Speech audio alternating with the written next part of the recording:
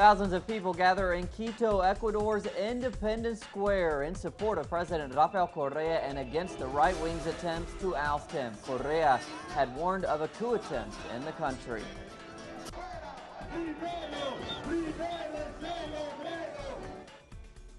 Plus, Greeks prepare to vote on whether to go ahead with more tough austerity conditions from the Troika. Polls show the yes vote surging.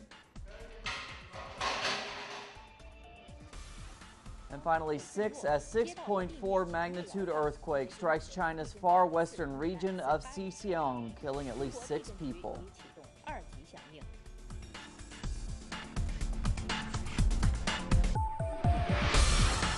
And good Friday morning to you from Caracas, Venezuela. I'm Cody Weddle. We start again in Ecuador. That's where thousands of people gathered in the Independence Square in Quito, the capital there, on Thursday in support of President Rafael Correa and against the right wing's attempts to oust him.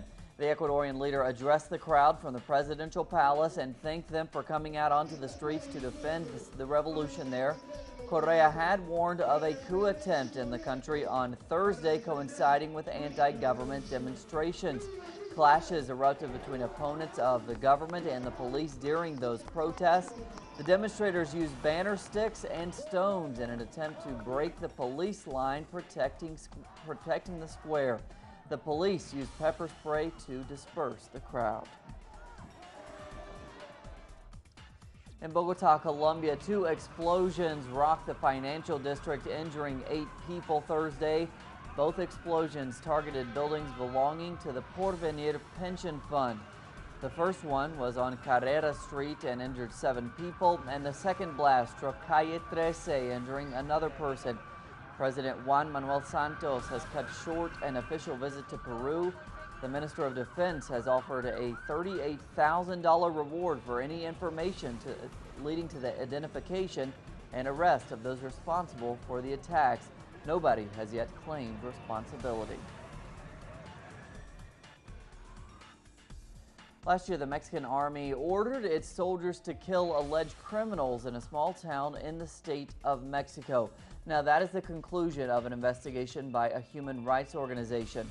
In a military operation against an alleged group of armed civilians, the soldiers executed 15 people who had already surrendered in the town of TLATLAYA. They had suspicions the victims were gang members. Now, among the dead was a 15-year-old girl. The suspected mass execution has shown a light on human rights abuses by the Mexican military as it keeps up its crackdown on the country's brutal drug cartels. The report comes out after a year of investigations, interviews with eyewitnesses, and the release of classified official documents. It concludes that soldiers were ordered to, quote, take down criminals at night.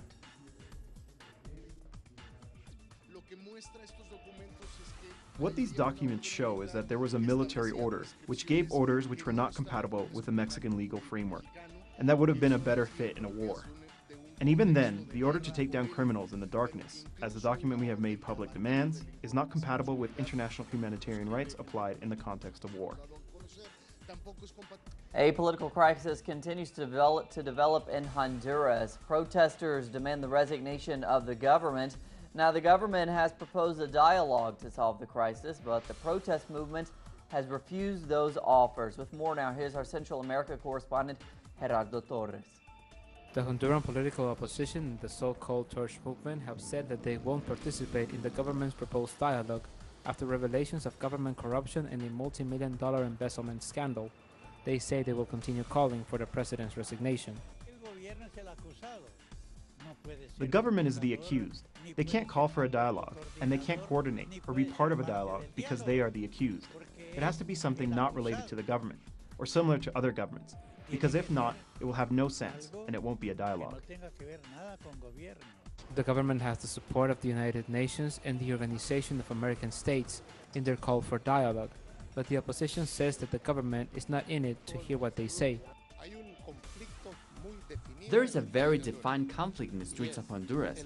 80% of the Honduran people are angry because of the corruption and for everything we have been through these recent years. And the president comes out with a monologue that starts inviting sectors to hear him and presents his proposal. But the people just want one thing, that is the International Anti-Impunity Commission, and if that doesn't happen, the protesters and the political opposition won't be willing to have a dialogue. If the opposition doesn't participate in the dialogue, an end to the conflict seems far away. And if the protests keep on growing, the Honduran president will be facing an even more complicated situation. Gerardo Torres, Telesur, Central America.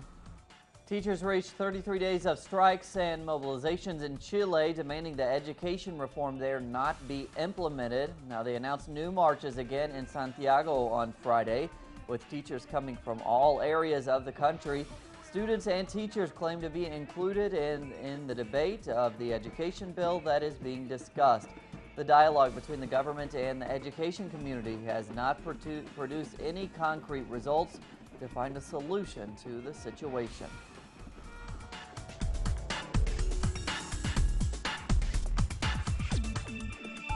And around the world now, Greeks are preparing to vote on the referendum next Sunday that will ask them whether they are willing to accept more tough austerity conditions from the Troika. Opinions are mixed in the streets.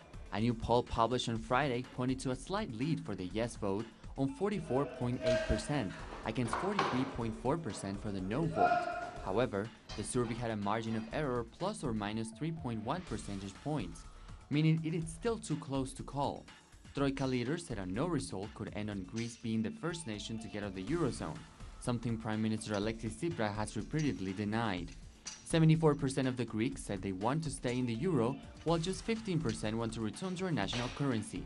11% are undecided. Things are very difficult, but they were difficult also 5 years ago. 3 years ago, when people were jumping out of their windows at psychiatric hospitals and the doctors couldn't even prevent this. So I think we must fight, and as I have said, we must take matters into our own hands. At least 6 people have died in a 6.4 magnitude earthquake that had struck a rural part of China's far western region of Xinjiang. Dozens got injured. At least 3,000 traditional Uyghur houses have either collapsed or been seriously damaged. 1,000 tents have been sent to the region, which has a population of 258,000 mainly Uyghurs. A series of aftershocks follow, with the strongest measuring 4.1. A senior Israeli officer has killed a Palestinian boy who was throwing stones near a checkpoint in an occupied West Bank on Friday. The 17-year-old boy was shot in the head and chest. He was among a group throwing stones at an army vehicle near Kalandiya, a major checkpoint between Jerusalem and the West Bank city of Ramallah. The army vehicle stopped and soldiers got out and fired at the youth. Iran and world powers are pushing for a final deal as nuclear talks continue in Vienna. Iranian Foreign Minister Javad Zarif met with Austria's President Heinz Fischer and Foreign Minister Sebastian Kurz on Friday, after 7 days of negotiations that haven't reached yet a breakthrough.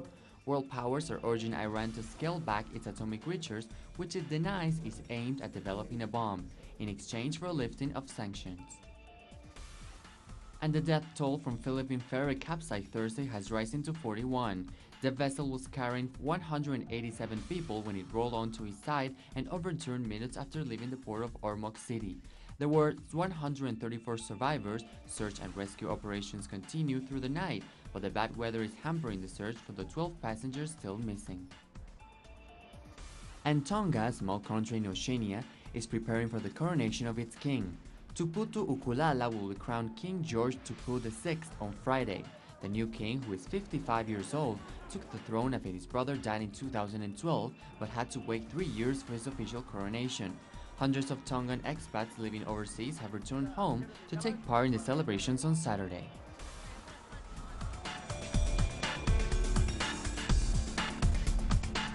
Vancouver is getting ready to host the Women's Soccer World Cup final, which will take place next Sunday. Both the defending champions, Japan, and the rival, the United States, will have the added motivation of trying to avenge a past loss to one another.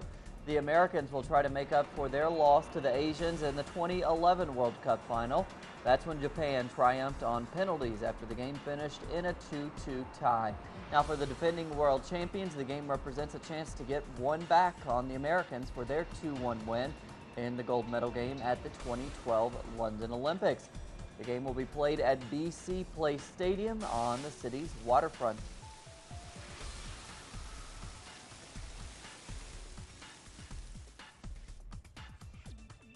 And in Lebanon, fireworks, as you see there, mark the beginning of the festival season. The Middle East country hosts a large number of festivals during the summer. The largest of these are held at the historic and archaeological sites. The Jazz Belvak Festival is hosted on the site of spectacular Roman temples. The Bilbos Festival awaits one of the oldest continuously inhabited cities in the world. The Betadine Festival takes place at a 200-year-old palace in the mountains of the Shuf. These international festivals range from opera or jazz to renowned dance companies and famous comedians and appeal to all genres. And that's what we're covering on this Friday morning here from Caracas, Venezuela. We have plenty more on those stories at our website, telesurtv.net/English. We'll have the latest headlines for you in just a few hours. Have a great day.